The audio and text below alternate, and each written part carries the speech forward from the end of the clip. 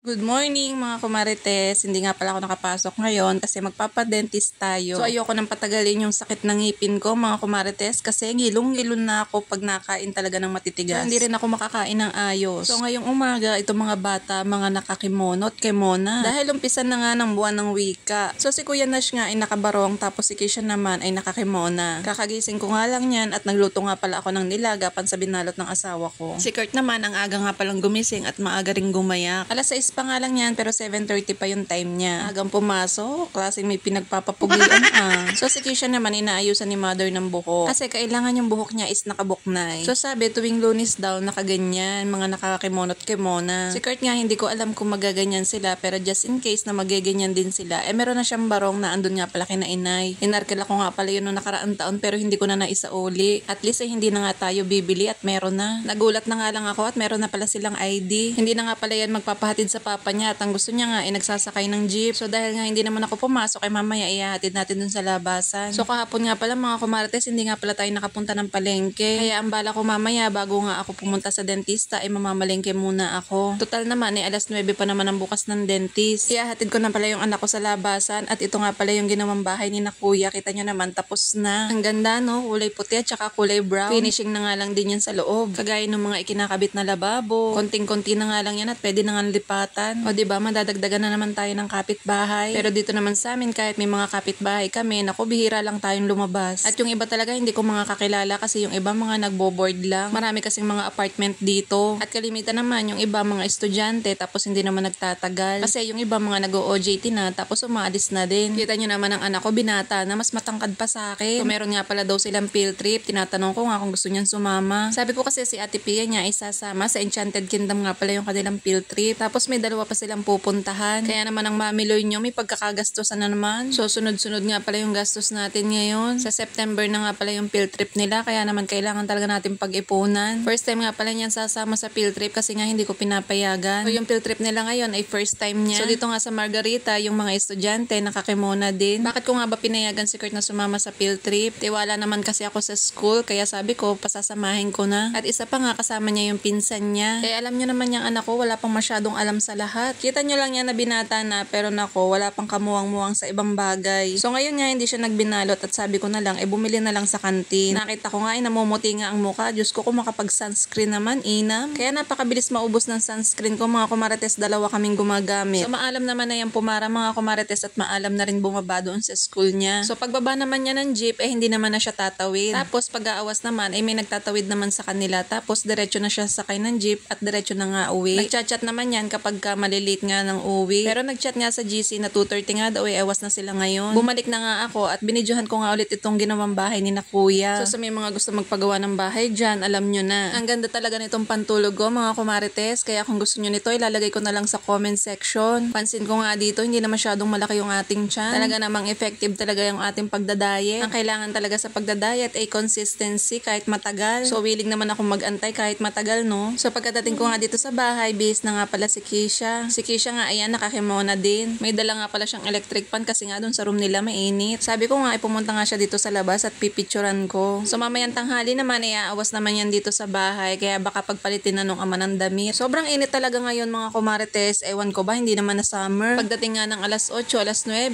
santing na ang init. So hindi na nga siya maglalakad at ihatid na nga ng tatay niya gamit nga itong motor. So syempre ang sakay dalagang Pilipina din. O diba yung bata pinahirapan So kailangan hawakan talaga yung palda kasi nga ang haba. Sabi ko nga hawakan at baka nga sumingit dun sa gulong ng motor maipit. So yan lang muna ang ating ganap for today's video. Thank you for watching. Bye!